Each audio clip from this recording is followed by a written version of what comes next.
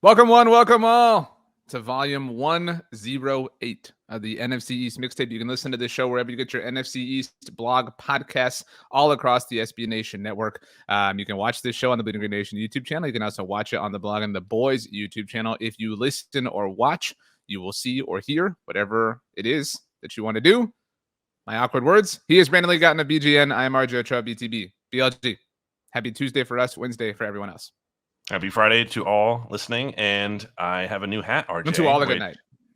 I bring, I try to bring some exciting visual elements for the YouTube audience, which I don't know that you always do. So here I am making a big effort. I get a lot of compliments on my background a lot, so I mean, I feel like I'm good there. Okay, but it's the same background each time. There's nothing new. But if you see, are you saying you have something? Are you going to talk about your hat? Is that what you were trying to get at? Yeah, I have a hat, but you have to. I'm not going to say what it is. You have to look at it. If you're, is it purple?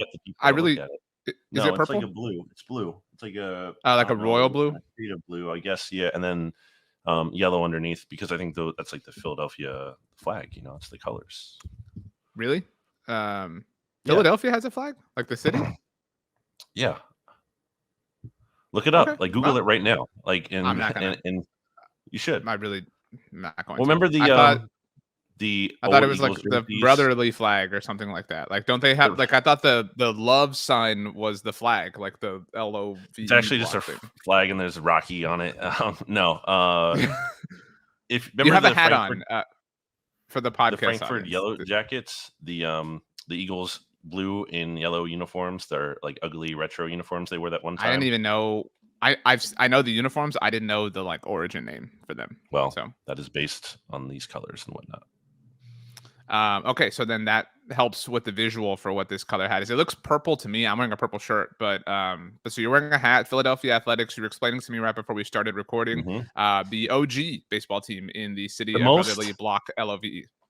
Successful sports franchise in Philadelphia history with 5 World Series championships. Do you know the second most successful team in Philadelphia sports history, at least for active teams? I guess I don't know if there's like another technical thing, but like of the main ones, like currently active, like not, you know what I mean? Yeah. Like, and it could have main teams. No like niche answer here. Like actually, it was the Philadelphia Liberty Bells. I mean, it might be the Eagles. Yeah, it is 4 because they have the Super Bowl and they have the 3 World Championships they had before the Super Bowl era. The World Championships that nobody recognizes, right? I mean, if you're a Yankees fan, you certainly do. Wow. Well, who's third? Is it the Sixers? I don't know, but we're losing steam on this, so let's keep it moving. Wow. I'm wearing a purple shirt. It says Donatello on it. It's from our friends at Homage, and I was going to ask you who your favorite Ninja Turtle was. Mine is obvious. I can never remember. Like, I need to look at a picture of it. I don't have it off the top of my head. Like, who is who and what has what. What weapon did they employ? See, I would have to look at all 4 of them and decide which one I want. I think we've talked about this before. was blue with the samurai sword. And Donatello was the purple coverings with the staff. Michelangelo was orange with the nunchucks, and Raphael was red with the I think they're called sais, but the hand dagger sort of things. The pointy things. Yeah. Man, I'm looking at them all. I do love the TMNT, like arcade game. That one, also the X-Men game. If I go to an arcade thing and they don't have those, like I've been to a couple different things. Not to trash anyone in Philly, but I've been to a couple different places like that, and they haven't had those. And I'm like, what is going on here? And like, no Mortal Kombat. Like, come on, these are like the classics. You have to have these. I'm gonna go, I guess, with the sword guy. The main sword, the samurai sword. Yeah, the blue one. That's Leonardo. Okay. Wow. Well, I believe Seth Rogen is the person behind the revamped Ninja Turtles movie. So that's you, basically. I know that nobody's ever told you before that you sound I've drawn that comparison, which I do not see for the record, but I have gotten it multiple times, which is strange. You sound like him a lot. I don't know that the visual is there. I mean, Seth Rogen, I don't think is 6'5". So if he's not, then you're really missing that because you're 6'5". But I have one last tangential thing, and then we have a lot to get to, obviously, on today's mixtape. But if you're ready for the tangent, here we go. You brought up again, we were talking about the Philly Athletics, the Chicago Cubs, and our buddy Stats texted me over the weekend, and I think he was watching some NBA playoffs, and he was like, the city of Atlanta has the Falcons and the Hawks. He was like, is there another city that has two of the same type of thing as its mascot that are not the same? Great The way question. that Falcons and Hawks are both birds, but not the same sort of thing. So I brought up the Cubs and the Bears, and I was like, they both are represented, by the city of Chicago, or they both represent Chicago. And he was like, well, they're both technically Bears, and that's fair. But then this kind of took us into like a awesome rabbit hole where we were discussing all sorts of things, but we didn't come up with an answer to that question. So if you have one, that would be cool. No, I don't really. There's some like people ones. That like if you consider them both to be people, but that's kind of cheating. Boring. Like San Francisco, I brought up, has the 49ers, which would theoretically be like a coal miner, right? And then a giant, which is also like a human. Whatever. And I guess if you consider the Warriors, also a human, you know what I mean? But yeah, again, it depends how you classify these things. Well, we said the Lions, right? You said Detroit, the Lions and the Tigers. I actually brought that up, and I said it has like an Alice in Wonderland thing. Like I've always thought about that. Like they have the Lions and Tigers, but they don't have the Bears. Oh my! So okay, is that Alice in Wonderland? What I'm thinking of? I think it is. No, Wizard of Oz. Oh, no. Whatever. I was super close. Yeah, I don't know, something. It is Wizard of Oz. You're right. Wow. They have the gray uniforms. They have the gray uniforms for the Lions to be like the Tin Man, at least. So they're really close to the full Wizard of Oz. Okay. That would be a fun, like, minor league, night at the ballpark. I feel like Wizard of Oz. I agree. Themed jerseys or something. So I had a spin-off question off of Stats, and then we're done with this, and we'll get to the NFC East news, obviously, of the week. This is our penultimate episode before the NFL draft. We'll have one that goes out next week, obviously, the day before. But what city, like, collectively has the best kind of group of sports mascots, color scheme, however you want to call it? Like, and if you're objective, like, I have a problem with Philly in that the color schemes are like so radically different from one another. Like the Eagles are so different from the Sixers and the Flyers. You know what I mean? Whatever. Like that's a tough scene. My nominee is Pittsburgh, and I know that's tough for you, but like I love how they're all the same color. Yeah, I mean, I've said that before. Anyone's going to say that because it's it's so unique. And I don't really know what comes close to that. But now I'm down the rabbit hole of what else is similar. Raiders and Warriors kind of have a similar, I feel like thought behind that. But if you're looking for something even more connected, you could say Nuggets and Rockies or Dolphins and Marlins. That's really close. I never really considered that Nuggets and Rockies are like a similar thing. Like the DFW area has the Cowboys and the Rangers, and even the Stars are kind of like all, and the Mavericks, right? Like they're all kind of like the mascots are somewhat loosely tied together. That's cool. Ravens and Orioles too. That's a great one. But like that's also kind of cheating because the Ravens were founded, like basically in the 21st century when they were like aware they were trying to do that. You know what I mean? Okay. You could also say Capitals and Nationals in Washington. Yeah. Like DC. Wait. And now I guess Commanders. Yeah. You know what I mean? To make it Capitals. NFC East. Yeah. Okay, yeah. I'm looking at an old list here and it still has them as the Senators, I guess. Yeah. So you could go Capitals, Nationals, and Commanders. Like those are all obviously tied to like, I would say like governmental positions, but like, they're all related to like it being the nation's capital. So, yeah. My last admission here on anything, or I guess it's an admission, but so forever, I never understood why people called the Pittsburgh Pirates the Bucks or like the Buccos, right? Like that's people refer to them as.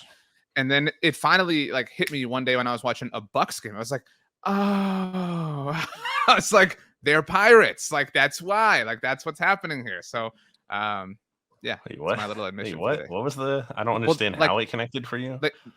Because the Buccaneers are the Buccaneers, but they're like the Buccaneers because they're a version of a pirate, right? It's like a synonym for a pirate. So like that's why they call the Pirates the Buccos. You know what I'm saying? Because they're also Buccaneers. I guess in that sense they're also Raiders. So you thought it was like a different thing they were just calling them? That also wasn't. I never really like gave it much thought, and I never really like saw it written anywhere. But I would hear people say that, and I'd be like, I guess it's like maybe like a Pittsburgh thing, like maybe there's like a street name or something that like there's like an inside joke that I'm not aware of. So that was that was my moment. I do like an alternative sports name for something, like the Birds for the Eagles or like the Bolts for the Chargers. Like that's kind of fun. A little colloquialism, is that the term? Whatever you want to call it. I like that little. I don't like the Bolts though because people also apply that to the Tampa Bay Lightning. You know so I mean? My friend Abby probably isn't listening to this podcast because she's not the biggest sports person, but we did trivia one time and there was a question on there like which team is named the Bolts, And thankfully, it was a theme round, so all the answers were connected in some way. And Chargers didn't make as much sense as Lightning because I think it was all weather related stuff. But like, I was going to be very mad if if there wasn't that theme and if we got like marked incorrect for that. Because no, the Chargers are absolutely also called the Bolts, and it wasn't like which NHL team; it was just like which sports team. So right. yeah. I'm not a fan of like teams having repeat names in different sports, like the Jets. You know what I mean? Like they're an NHL team, they're an NFL team. Like that would, it's like that's a name. You know what I mean? Like I'm sure that you run into that a lot with the Eagles. Like it's a really popular one. The same league, like the Reds, and then the Red Sox and the White Sox? Like that's that terrible. bothers me. And along those lines, I think it should not be allowed for Red Sox players to have socks that aren't red. And similarly for the White Sox, like that should be like a thing. You know what I mean? Like why would you like whatever? Like I also sometimes the Red Sox wear a red jersey, like the body of it is red and the font is blue, right? Like but that bothers me because the logo. This is a big thing that you hate. Yeah, like it should all be in harmony. But anyway, I'm going to bring us back to football. There is a report that just came out this moment from NFL Network's Tom Pelissero that the Pittsburgh Steelers are working to finalize a trade to acquire Allen Robinson from the Rams. I actually read this morning about how the Rams were so focused on obviously, I want to say like acquiring picks, but on utilizing their picks. I think they have 11, if I'm not mistaken, for the 2023 NFL draft. So surely this will bring something. Everybody said oh man, watch out. Allen Robinson, Cooper Kupp, Matthew Stafford. Ooh, they're going to go back to back in picks, blah, blah, blah, blah, blah. No. Rams. Eagles almost that's one of the few things that you and I are totally in agreement on. What about the Rams being frauds?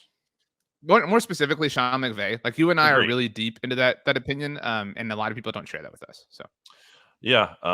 And again, the Eagles almost tried to trade for Allen Robinson last year, and if they do that, who knows if they don't get AJ? Maybe they don't get AJ Brown instead. So that's kind of a crazy domino. And actually, it wasn't just like one of these reports where they had interest in him and they were one of the teams. There was specific reporting about like they were deep into it was not on the 1 yard line, but maybe on like the 5 yard line. It was like kind of close to happening, but it didn't. There's a world where Deshaun Watson is throwing to Allen Robinson in week 1 in Detroit, as opposed to Jalen Hurts throwing to AJ Brown. So sure. Wow. Speaking of, let's we've already bursted, like blown through, wasted whatever, like 12 minutes here. Jalen Hurts, the new deal, et cetera, et cetera. Like everybody's obviously aware of this. I don't know that there's like a hot take about this. Like, here's my take. Okay. There's pros and cons, right? Like that like are true, like in life, right? Like, give me the pros and cons, right? Of like whatever you're talking about. I think sometimes this is a new NFC East mixtape thing, potentially. There are pros and truth. The pros are incredibly obvious, right? Like, like potential truths, maybe is the better way to put it. But like the pros are incredibly obvious. Jalen Hurts plays at an MVP level for the next decade, whatever. The Eagles have landed this quarterback, et cetera, et cetera, et cetera. I think a very solid pro is that, like with Carson Wentz, they were first at this. They didn't let Joe Burrow beat them. They didn't let Justin Herbert beat them. You know what I mean? Like soon enough, Trevor Lawrence is going to get to this. Like Dak Prescott's going to have an extension done soon. I would imagine Aaron Rodgers' deal is going to get massaged to a certain degree whenever he's traded to the New York Jets. So being first is always a good thing here. And that is something that Howie Roseman has understood from the very beginning. So kudos to him. The potential truths are that perhaps the 2022 Eagles are the best roster that Jalen Hurts will ever play with during his time in Philly. I don't think that that's like a ridiculous potential truth. That he may never be utilized as much as a runner ever again. And again, that's a good thing. Like I'm not at all indicating that these are negative things, but like who cares? Like if those potential truths are even realized to like the worst possible truth, if you're an Eagles fan, who cares? This was the smart thing to do. Like, what was the alternative? Like, if you're an Eagles fan and you're mad, like, what is the alternative plan? Like, oh no, it might not work out. Like, well, what are we going to do then? I don't know. You're going to figure it out the way you did with Carson Wentz. What was that now? 4 years ago. So like, if there's an organization who has proven that they can be trusted to do this properly, it is the Philadelphia Eagles, as much as it bothers me to say. And even in that worst case scenario, I was kind of talking about this with Jimmy Kempski on BGN Radio. If you're looking at like what's the downside, the difference between this situation and with Carson Wentz is that Jalen Hurts has a no trade clause, the first one in Eagles history. But like, I don't think that's super meaningful in the sense that like if it's an obviously bad situation here and the team wants him gone, like is he really going to want to be here super against his will?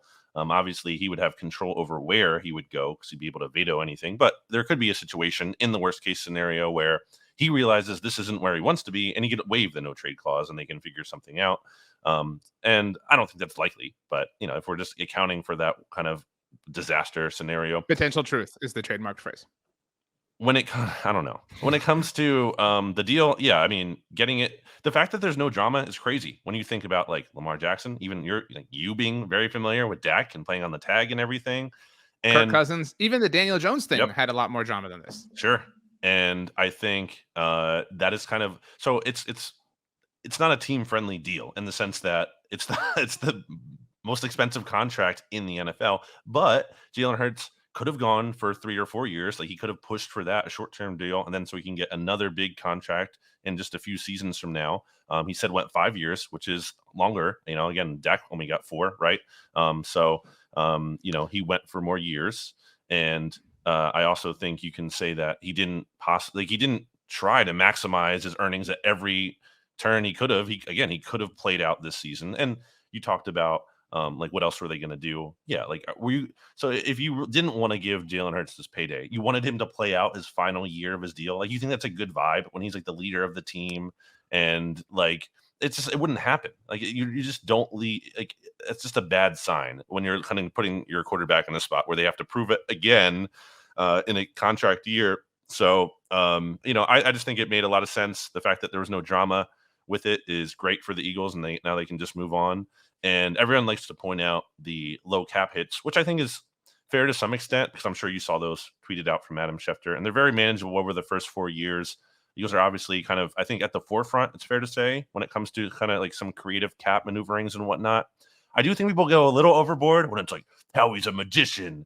It's like, well, yeah, these are lower cap hits in the first 4 years. And then in like 2027, which is admittedly a far time, it's going to be like $90 million. It's like $86 million, which clearly, obviously, it's not going to be that high when it gets to that point, because they will continue to restructure, assuming he plays well and he's not off the team and anything. So, like, I think it's a fine move, but it's not like 40 chests and like this is incredible. It's smart, but I don't think it's like unthinkable. So all around though, he's locked in.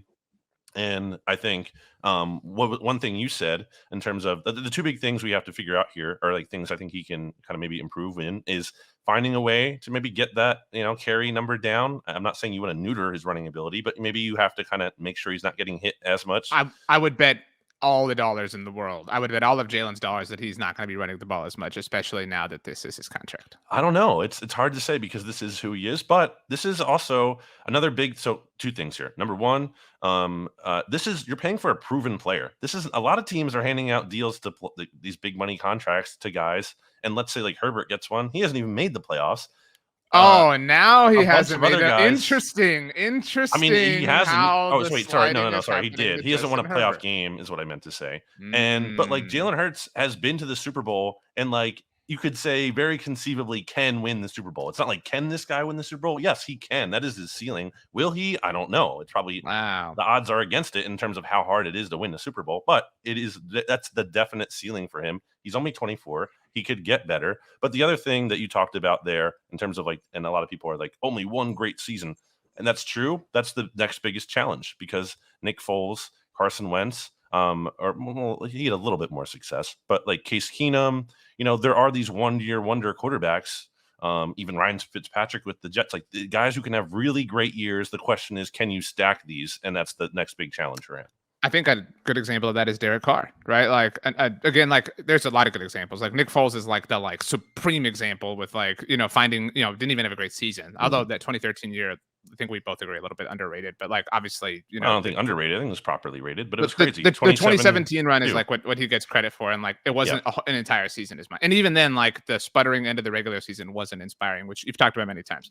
But Derek Carr, like what was it, 2016 when he broke his leg, and it was like he was playing like an MVP. Even Matthew Stafford has had like MVP-ish, like flirted with that level of play, sporadically throughout his career. And even obviously the Rams won the Super Bowl 2 years ago. Like he wasn't that dude the entire year. You know what I mean? But like his team wisely understood, like, let's surround him with a lot of talent. Let's do that. And that gets more difficult. Like if you do think Howie is a magician, I mean, obviously there's a lot of reason to believe that idea.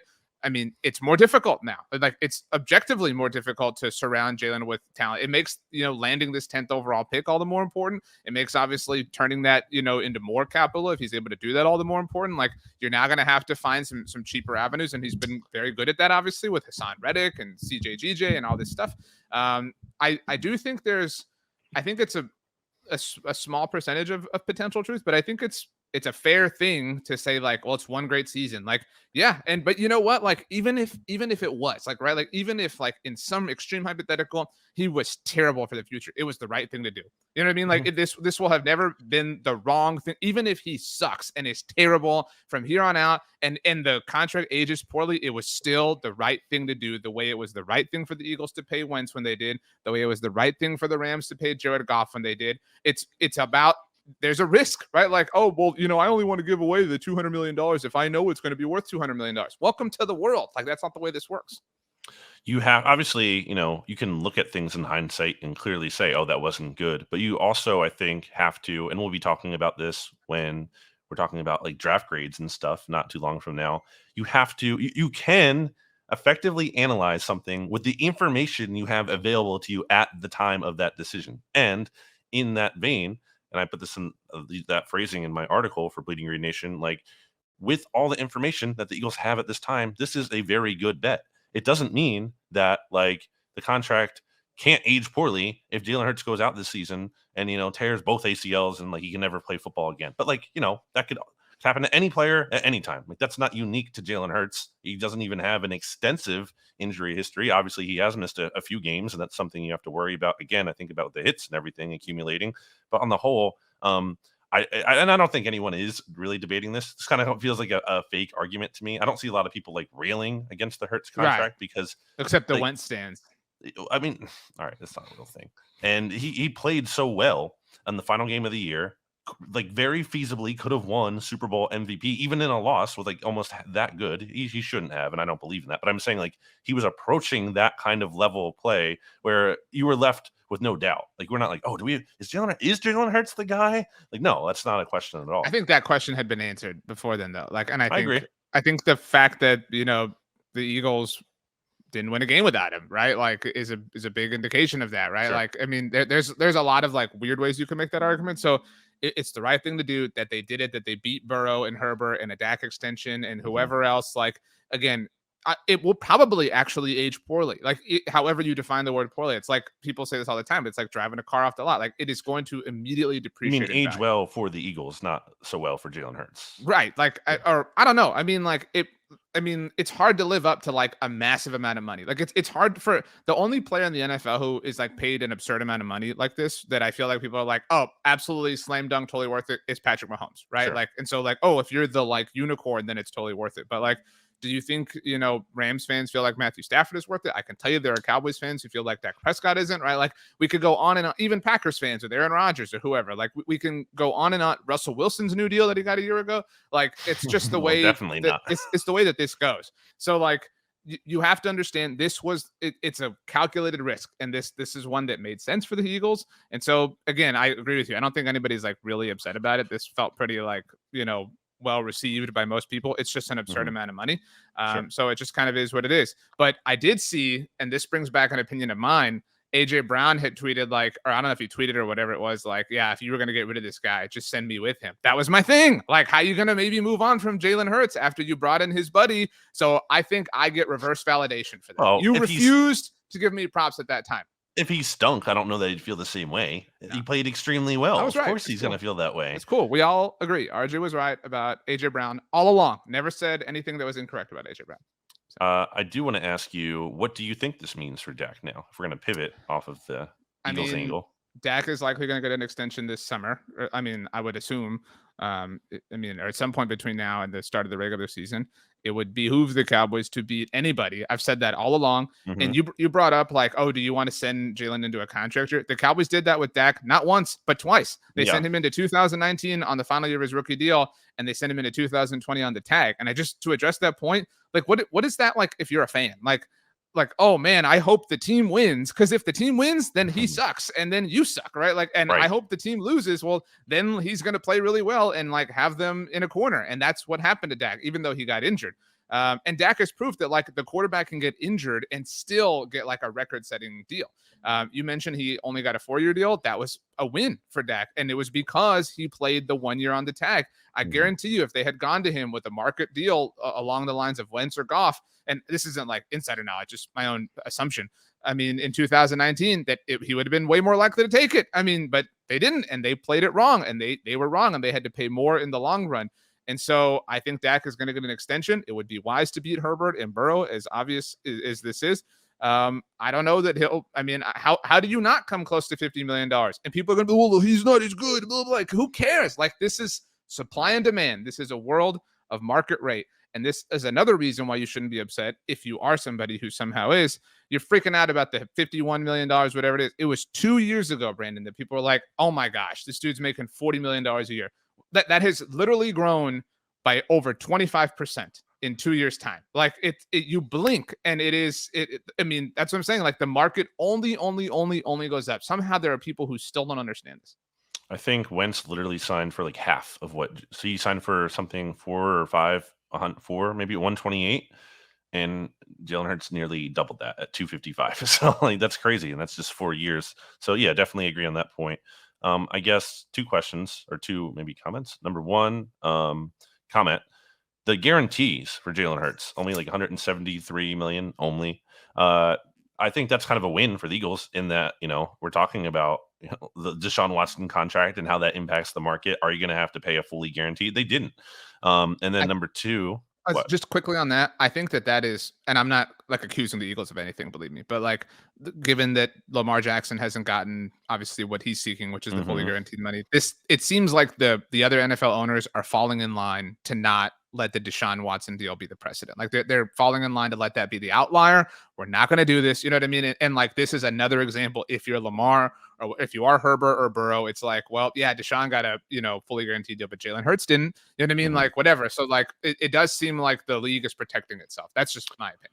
Yeah, I think that's, but like for if we're looking at wins for which side, the Eagles got some, I think the Eagles got one of the best players in the NFL. Like the Eagles win no matter what they're paying. I think it's a win-win. I think Hurts got some, good financial security as well, especially for a player who hadn't made a lot of money, considering he was a second-round pick. Relatively, like he was only set to make $4 million this year. Like he got like a lot of increased security instantly, and didn't go through a season this year where he got hurt, and then his market might be lower. Who knows?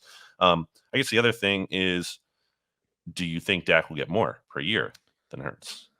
I mean, if you believe in the laws of supply and demand, I mean, why wouldn't he? You know what I mean? Like, again, like you have to let go of like, and I'm partly talking to you, but you have to partly let go of like, oh, he sucks, he's not good, blah, blah, blah, whatever. Like he has proven to be a very, very top option franchise quarterback. This is a pass fail question. You know what I mean? That this isn't like a grade on a letter.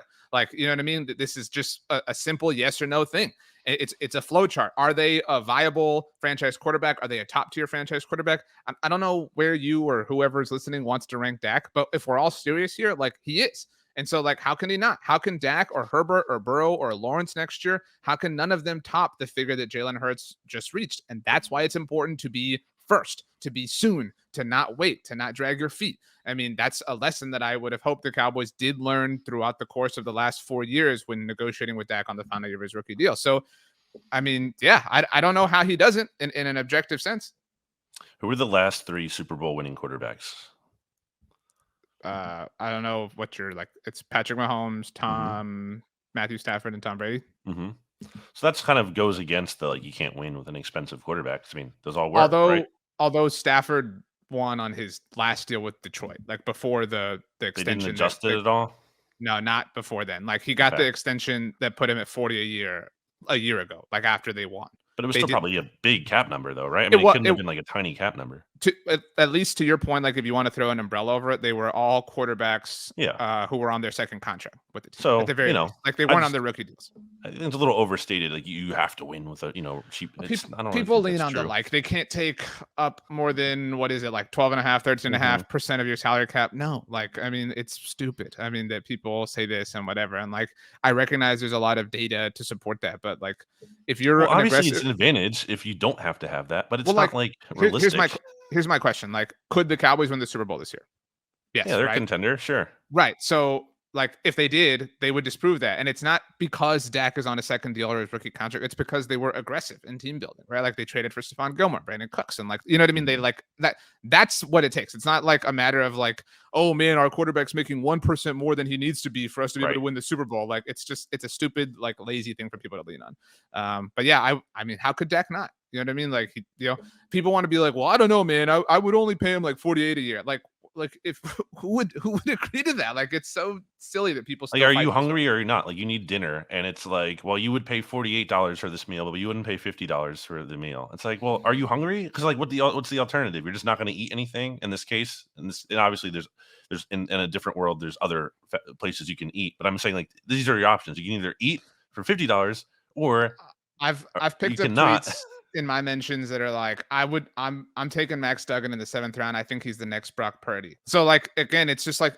these That's things. That's a good plan. These things happen that like feed and perpetuate these silly ideas. And these silly if he was the next Brock Purdy, you would take him earlier though. That's the thing. I know you're not saying that, but like, well, like that was we brought that up last week about the 2nd round picks. And like Jalen is like a supreme example of that working out. But like, Ron Rivera was saying that like he thinks Sam Howell or whatever is the next, Brock Purdy, which is very dumb because if he did, you would have had more faith in him then. Or yeah, you would have started him before the final game of the regular season, but whatever. Okay, so I think we've covered all the Jalen stuff. I think we've covered the Cowboys sort of and like the impact that it's had on Dak. Not a lot going on at Dallas. It feels like kind of a slow, super chill, man. The only thing is like, I mean, every mock you look at, like, and I'm talking like the adult mocks. You know what I mean? Like, I'm not saying they're kid mocks, but like the national mocks, it's tight end. Nickelodeon's mock draft. Yeah, that's a thing that's going to happen at some point in the future. I really believe that. With the 14th overall pick, Patrick Starr. Someone gets slimed and they get drafted. That'd be kind of fun. Yeah. Daniel Jones got a new deal this offseason. What is you had a few Giants notes. We have a lot to get to with the Commanders, but what were your Giants notes, I guess, for us to sweep over? Saquon hasn't signed the tag and therefore not eligible to participate in activities at this point in time. Look, like on the subject of drama, Tony Pollard is the only dude who has been tagged that signed it this offseason. Like it has been a super drama-free offseason for the Cowboys, which is part of what is feeding my excitement for the team, which is really cool. But I'm not saying this is like, soaked in drama, but like it is a dramatic thing, right? Like he's purposefully not signing the tag. I do think that when I said like not a lot is going on with the Cowboys, to be clear, that's not like an indictment. That's typically a good thing when you're not having some kind of big dominating storyline. Real quick on the Nickelodeon thing again, they should have at least one pick each year in the first round where it's like the Nickelodeon pick, but you don't know when it is. So at some point, Roger Goodell's out there on stage.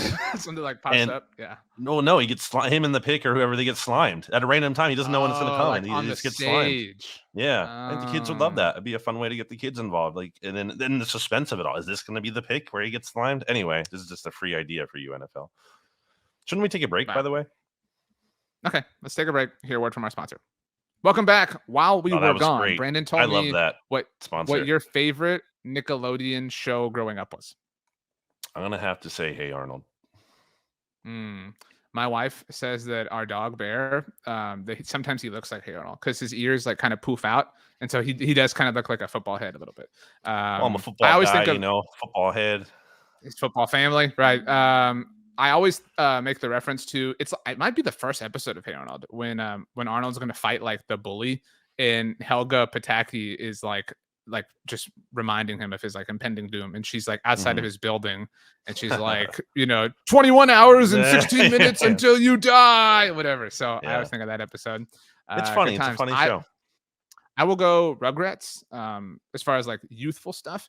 But when I got a little bit older, there's like Rocket scary Power. episodes of Rugrats, or creepy, like the one where Angelica, her little brother, she she dreams that her parents have a little brother and it like eats her. So I don't know. It was scary. It was a scary episode. I will say there was an episode that startled me. It's when Chucky ingests a watermelon seed and he's like led to believe that a watermelon's gonna like grow in him and like through him. So that's a scary thing. Rocket Power is up there for me as well. Okay. Woody. Who didn't like Rocket Power? Yeah, exactly. Wow.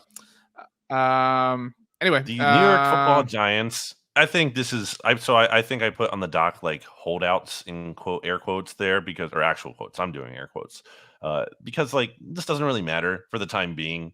Missing OTAs. They're not even practicing. They're just working out in the building. They're just like doing weightlifting and running around on the field, I guess, that kind of stuff. But there's Bear. Hey Arnold. Um that was cool. Yeah, that's what I'm saying. We don't really have a lot to get to with the Cowboys and Giants this week, so we don't have to waste any time. Well, the only thing is, I think the Dexter Lawrence situation will be resolved. I think they'll find a way at some point to get on the same page and pay him. But the Saquon thing's a little more tricky because of the nature of his position, and the Giants were so insistent about like getting this deal done with Daniel Jones so they could have the franchise tag for Saquon, and speaks to they only kind of are comfortable having him on that 1-year deal. I think it'll eventually work out, I guess, where Saquon comes back or whatever, but I think he clearly wants that multi-year extension, and I don't think the Giants want to give it to him. I think they want him for one more year, and that's it. Yeah, I mean, and can you blame them? You know what I mean? Like, no. So I don't know. Is Saquon? We're recording this on the 18th, right? Tuesday the 18th. So in 10 days, is Saquon the only running back who was a first-round pick in the NFC East? No. As of next Friday morning. No. So you're saying you're leaning into Bijan to the Eagles. That's not necessarily the case. Could also be Jahmyr Gibbs at either number 26 for you guys or 30 for the Eagles. Right. So I actually saw or the Commanders could get Bijan. That's true. We're about to get to the Commanders, but it was Peter Schrager's mock draft that he released today for you and I. On Tuesday, he had, correct me if I'm wrong, Bijan to the Eagles at 10 and Gibbs to the Cowboys. I rolled my eyes. Yeah. Yes. And like, look, I mean, this isn't a knock on Peter Schrager, but like the like justification that anybody uses for this is like the Cowboys let Zeke Elliott go in free agency, so like they're surely going to replace him. It's like, okay. By the way, on that, remember like when it came out, like, I don't know, 3 weeks to a month ago now, that like Zeke wanted to wrap up his decision between the Bengals, Eagles, and Jets in the next week or so. And, it's been a while. Yeah. It's been a while since that happened. I do have a thing on Bijan that I was thinking about recently, and like it's just the way people, and I'm not trying to knock the prospect, and I get why people want to have fun. I don't knock that, but I think the way people talk about it is just unrealistic in terms of like what it could actually look like. Which team in the NFL that has a running back that you're like so afraid of? And that's like, it's just such the big driver. The Niners are the only one. But also that's like, okay, that's part of their offense though too. Like their off, it's not just him. You asked the question. Okay, I mean, okay, that's one, right? Yes, one. Okay, one who's very good. And he's not, wait, what is he also good at? That scares you. It's not just running. I agree with you. It's catching the ball as well. We agree that Aaron Jones is a very good running back, right? Like sure. 6'7", but right? Like is anyone like, just like can't beat the Packers? Play my game, right? Like, so he's like a top 6'7" running back in the NFL, right? Aaron Jones. Mm-hmm. So even the Aaron Rodgers list Packers, Eagles are playing them. Are like among your list of priorities, like where does Aaron Jones fall? Like 4th, 5th, right? You're like, you know, it's not the game. You know what I mean? Or like Nick Chubb, who's like one of the best backs in the NFL. Like, right. Browns aren't good. Like, you're not scared of them. You're not. I mean, he's a great player, but you're not scared of that team. Jonathan Taylor with the Colts, they didn't even make the playoffs. Like, the Colts are frauds. I mean, like that's why the Colts are frauds. I'm just like, who are these running backs that like, oh, you're deathly afraid of in the NFL? That like, oh, we need this guy because it'll make us so hard to beat. I think we're like slightly biased because of like division stuff, but like Saquon, I think we're like, you know, the Cowboys or Eagles are playing the Giants. We're like, okay, gotta pay a little bit of attention to Saquon. You know what I mean? Like, it does kind of wake you up and make you sit up in your chair a little bit. We have 10 minutes. So all right, we have 10 minutes, Brandon. So we have to get to this, and this is related. You tweeted on Monday night that James Harden was playing like an idiot. He's playing so stupid. It's one thing for a player to struggle, like you're doing the right thing, you're just not good. Like, he was just like, he couldn't dribble. Like, what are you doing? And like dumb passes. It's awful. I didn't watch that at all. I didn't finish because it went to double overtime, but the Dallas Stars game. And like, I'm not a Stars fan. Obviously, you know, they're a Dallas team, and so like, you know, I've got no qualms with them. But like, I will say, back to our color scheme point, is like, that is like, you know, if you are like a Cowboys Stars fan, you gotta like wear green. You know what I mean? When you hate the Eagles, you know, it's just like a tough scene. You know what I mean? It's just, you wish it was a little bit different. Anyway, but you tweeted that out, and James Harden is now sort of connected to the Washington Commanders. At least we think. So it looks like the Harris group is going to. I know there have been some funky, like, you know, like residual storylines or whatever's that have come out in the last week since this kind of came out. But you brought up the analogy of being on the 5-yard line, the 1-yard line. It does feel like we're on the like we're like an Eagles two-point rugby conversion? scrum. Or I was going to say we're like an Eagles rugby scrum away from the Harris Group taking over the Washington Commanders, which is a bummer because now they have solid ownership. I mean, it's a good thing for Commanders fans, and I think we have to address that. But for anybody else, it's like, well, now they're going to be like, not the worst team in the NFL, which is a bummer. But it's a huge deal. It's literally anyone like we said this all along. Anyone who is not Dan Snyder immediately raises their ceiling. Like it doesn't mean doesn't mean Josh Harris is going to be a great owner. Also, but it does mean that like it's very likely to be an upgrade because there's just nowhere to go but up. I think we have a relatively young audience, and by that I mean like 35 and younger, and so like we're both younger than 35. But for the I don't know, maybe less inclined with NFL history audience to people who obviously know that the Eagles World Championships of the like 40s or whatever didn't even really matter. Like once upon a time, the Washington franchise was legit. Like they were awesome. And not only were they awesome, they were like a legit brand. Like they were like a Tiffany franchise of the NFL. I would put it as far as saying, Brandon, I know this will bother you. They were like an NFL hierarchy. They were higher than the Eagles. I would say like, it was like Cowboys and Washington as far as NFC East teams. The Giants kind of came up the late 80s, 90s, and obviously the 2000s helped them out. The Eagles have sort of had like a 21st century rise, but once upon a time, it was Dallas and Washington that really kind of raised the sort of reputation of the division. And so like they've got that at their back, and now they've got this like, obviously new coming or incoming like influx of energy. Like they'll be a thing, and that's a tough scene from a competitive standpoint in the NFC East. Yeah, I mean they won what, 3 Super Bowls? They won 3 titles, yeah. Okay, so and they have one of the best teams ever I don't know if you have like Pro Football Reference open. I always remember Elliot Harrison bringing this up. I think the 1983 Washington team had a plus 46 turnover differential and lost the Super Bowl. That's wild. You know what I mean? Like that's really, really, really wild. Yeah, so look that up. It's simple as that, really. I mean, Dan Snyder's almost gone, not officially, but he will be probably soon.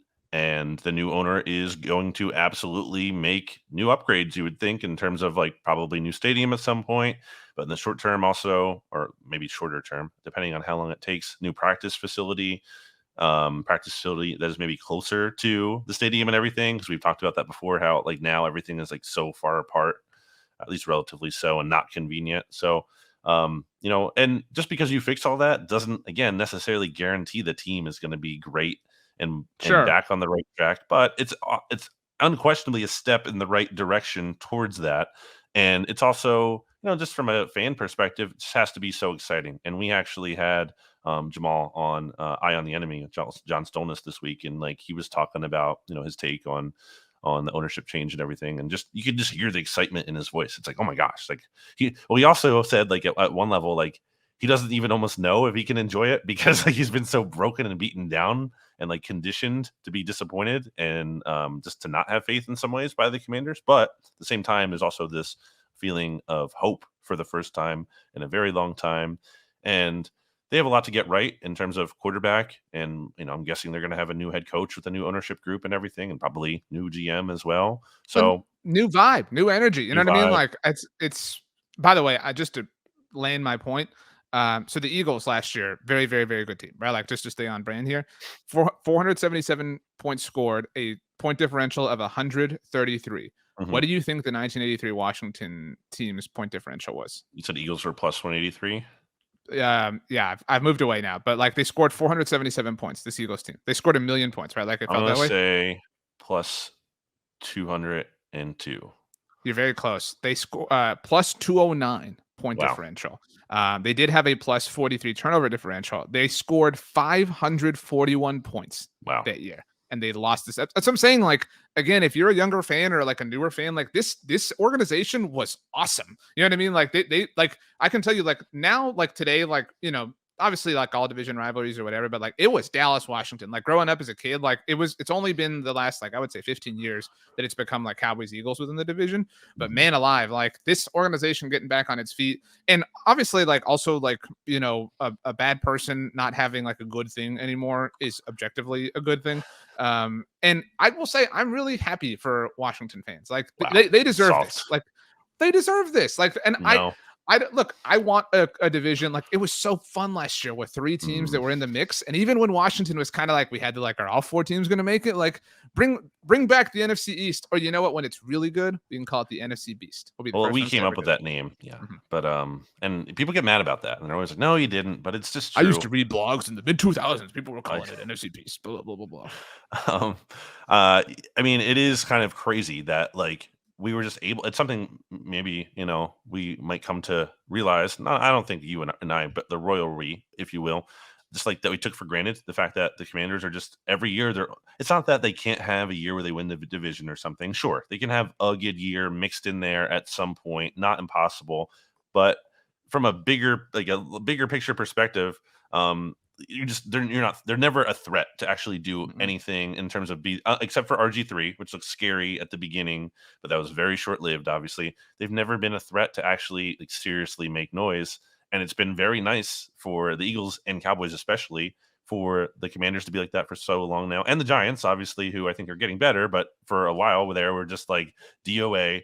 And to your point, and liking the division being more competitive, well, guess what? It is. It automatically, even if it takes time for this new ownership group or whoever they hired to find their footing, they're going at some point. They're because how bad Snyder was, they will accidentally luck into having a nice little stretch probably at some point. The ship is no longer headed 180 degrees or like headed south. You know what I'm saying? Like it takes a long time to like turn 180 degrees all the way around. But like to your point, like the turn has begun. Like however long it takes, like they are moving less south than they were as a franchise. And again, good for their fans. I know you're bummed because it's the Harris Group, and so you like have this weird like, oh, the owner of my favorite basketball team can't own a rival of my favorite football team. Like it's not weird. It's whatever, dude. Is it a fun vibe if you're an Eagles fan or a Sixers fan? Is this a cool, Are you fun at thing? any point ever in your life on Monday night when you tweeted that James Harden was playing like an idiot, were you at any point like, oh, I'm having such a hard time enjoying the Sixers game because Josh Harris is going to be the Commanders owner? I mean, not in the game, but the bigger picture, I am. Like, and also wondering, there's also things that factor in there in terms of like, the Sixers, are they ducking the luxury tax because they wanted to buy a football team? Then yeah, I have an issue with that as a Sixers fan. When they're doing things that are potentially benefiting another franchise who happens to be a division rival of the other team in the city, then yeah, how is that not problematic and how is that not annoying? And they did do that, by the way. They did duck the luxury tax. A sub storyline of all this is that Magic Johnson is now a rival of ours because he's part of the like ownership group. Magic Johnson tweeting out the Washington Commanders are a team based in Landover, Maryland. Just like the very obvious Magic Johnson tweets, or like his, I don't know. You know what I'm talking about. I think those are always funny when he just tweets something that's incredibly obvious. It's Magic. His tweets are something else. Sometimes I say that they're magical because his name's Magic. You know what I'm saying? Yeah. Speaking of tweets from people on Twitter that not a favorite of mine, the craziest thing I've ever seen. Well, that's a high bar, but one of the craziest things I've ever seen on Twitter, I don't know if I've talked about this before, is OJ Simpson's first tweet. I just think that was insane. At one point in that tweet, which is like a video, because I think he tweets out videos when he tweets, he said something to the effect of, I have a lot of scores to settle with people. No, you don't. Don't say that. Dude, don't say that. So I think about that often because it was a crazy thing to say. But anyway, it's not a good vibe. It's just not. You can't say it is. And again, there have been issues. It's not a good vibe from a competitive standpoint. It is a good vibe, obviously, for the Commanders. Like this is like if like the age group I mentioned, if you're like even 40 or younger, this is like arguably the greatest day of your like Commanders fan. Oh yeah, they shouldn't care about the Eagles or Sixers connection because they just hate Dan Snyder. So any owner is better. So they'll gladly take that. I did see Peter King wrote about this. I don't know if you read this. Because we were Why worried can't you that just Jeff want Bezos, your owner to only own one team and just be all invested in that team. Why is that a bad it's thing? It's fine to want that. It's weird to be focus. like, this bothers me greatly. I mean, like, that's what I'm saying. Well, that's like, the absence of that. That is the opportunity cost. That is the alternative. Someone whose attention is divided and they're not all in on one team, and you might suffer because of that. We were worried about Jeff Bezos buying the Commanders, obviously, right? That was like our, this is still not great, again, from a competitive standpoint, but Jeff Bezos, who has like infinite money, would have been a little bit worse. Entrepreneur. Right. Born in 1964. So did you read what, we can close with this. Did you read what Peter King wrote about him on Monday, Football Morning in America? So he wrote that it seems like the Seahawks are going to be the next NFL team up for sale. And that can I buy them? I would love to buy the Seahawks. Well, how much you got? We'll see. It's probably going to take a good $7 billion. So that $50 you talked about for the meal, whether you wanted to eat, maybe you don't eat right now. You know, maybe you save a couple of meals. You eat a big lunch, you don't get the dinner a couple times. But anyway, I'm going to fudge these details, but it was something like if the Seahawks are sold like before the year 2024, that 10% has to go to the state of Washington. I don't know why. Like, I don't know what legal situation this is. But so it's going to take like another year or so, maybe 2 years for the Seahawks to be up for sale. And Peter King wrote that like NFL owners these are my words, I'm paraphrasing, like quietly, but like definitively urging Jeff Bezos to buy an NFL team. Right? Like they want Bezos in the club for obvious reasons. Well, and so, yeah, I mean, if you're Bezos, like if you're whoever, who would you rather own? Like the Commanders or the Seahawks, right? Like, and so like it makes sense that he would have wanted to wait. Plus, like Bezos is this like isn't Seattle like more of like his vibe? I feel like I was going to say, well, I think it's based there, right? Isn't it? Or like, isn't it's based. Amazon is based in Seattle, so like that's what I'm saying. Like their headquarters, their headquarters are in Seattle. Yeah. Okay, that's a different thing, but yeah, like it just fits. So like my point is like we may be putting like a bookmark in the like Bezos NFL ownership subject, but like it is going to come back up again, I think, at least in a year and a half. By then we'll be on 200 episodes of the NFC's Mixtape, of course. I would very much prefer him to be in Seattle as opposed to Washington, because again, that would be, I think, very bad. I would say also, come on, Jeffrey, you can do it. Pave the way, put your back into it. Tell us why, show us how. Look at where you came from. Look at you now. I really don't know at that time. Like I said, you'll figure it out. Or you won't. Let's get out of here. As we do. I would like you to come up with the final question.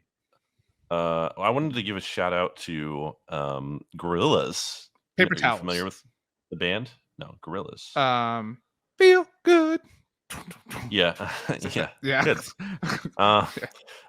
Their new album that came out in February, but I am slow, I guess, relatively so, on discovering it, called Cracker Island. Some big name features on there. You got Stevie Nicks from Fleetwood Mac on there. You got Bad Bunny and some others. I think it's a fun time.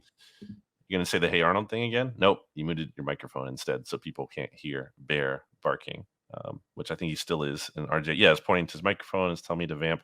By the way, you should check out Righteous Felon Craft Jerky by going to righteousfelon.com and using discount code BGN15 for 15% off your order.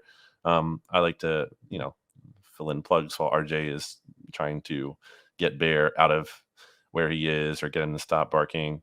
But anyway, good album, Gorillaz, Cracker Island. Give it a check. But this inspired a question I had. Go ahead. Okay, so I have a question for you. And I know we have to get out of here. If you were on Cracker Island, where there were a lot of actual, like, the snacks, crackers to eat, what would you really hope to be on that island? Graham crackers are underrated. Wow. I don't need a s'more. Man, what is going on here? You go, Brandon. I was going to say my answer. I think that's a creative answer by you, but I would go savory. I just made me think about these. I'd forgotten about them. I don't think they have to just be Ritz brand, but I think they might have been the cracker that is half pretzel on one side and then half cracker on the other side.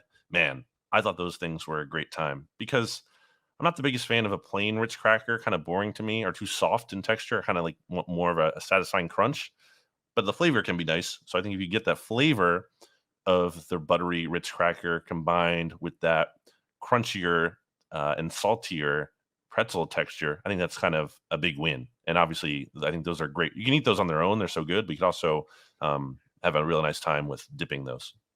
So I didn't hear anything that you Have said. you had But, those? The pretzel cracker, the Ritz, like the pretzel, it's like half pretzel on one no, side, if half we can pretzel choose or Ritz, cracker. then I'm choosing Ritz crackers. Okay. But I'm gonna be honest. I don't think saltine crackers are that good. Like, what do you like? People put it in like chili, right? Like, man, it's me. You know what I mean? Like, They're not I was gonna exciting, but say, I like a saltine I was gonna say sometimes. graham crackers are underrated. In fact, like, and a bear was Mm, barking, but like, I don't need this more. You know, like graham crackers are really good on their own. You know what I mean? sure. Like normalize eating graham crackers as a snack. I did want to bring something up Mhm. when you brought up the album. I haven't listened to this yet, so I can't vouch for it. But I saw good friend of Blogging the Boys, Pat Doney from NBC in Dallas, tweet out there's a new Fall Out Boy album. This is kind of like up our Wow. alley. We both like some alternative rock. You know what I mean? Like, I what's never your favorite listened to Fall Fall Out Boy Out Boy song? a ton, other than the hits. Just I only know the hits. Probably like "Thanks for the Memories" or whatever. Thanks for the Memories, which is weirdly spelled on the track title. Did you ever notice this? No vowels. Is that really? I didn't know what it was. Mhm. Is there a reason for that? Yep. Like a deep reason? Mhm. Don't know. The song "Nobody Puts Baby in a Corner" by Fall Out Boy. I've told this story before. I was really late to watching Dirty Dancing in life, but so I love that song. And when I finally I'd saw Dirty say I'm Dirty Dancing, Dancing. and Patrick Swayze's like, "Nobody puts baby in a corner." I was watching. I was like, "That's the song." I was I was like, "They stole that Yep. from Fall Out Boy." So it's very Boom. strange. But I saw Pat Doney tweet out that Fall Out Boy's new album is apparently like the From Under the Cork Tree album, which featured "Nobody Puts Baby in a Corner," "Dance Dance," "Sugar We're Going Down." There was another song that was called like Oh. "Our Lawyers Made Us Change the Title of This." Nice. So I just pulled it up. It's called "So Much," and then in parentheses is the word "for." So much for Stardust. And it's kind of appropriate that I was bringing this up because I don't know if you can tell, the cover is a dog barking, and that I was trying to bring that up when Bear was barking. So wow, so that's what made you think of it. No, you made me think of it when you brought up the album, and I was looking for it, and the bear started barking. So like the poetry in the air was just really nice. So, wow, we talked about a lot of stuff today. Wow, I would say give I have us the perfect ending to the podcast. Give us your favorite trust video me. game. I don't know. You're supposed to say Ninja Turtles, the arcade game. I mean, I think Banjo-Kazooie popped into my head, but I have a Okay. one-liner Give us a to perfect finish ending. the episode. Pete Wentz doing a lot better than Carson Wentz.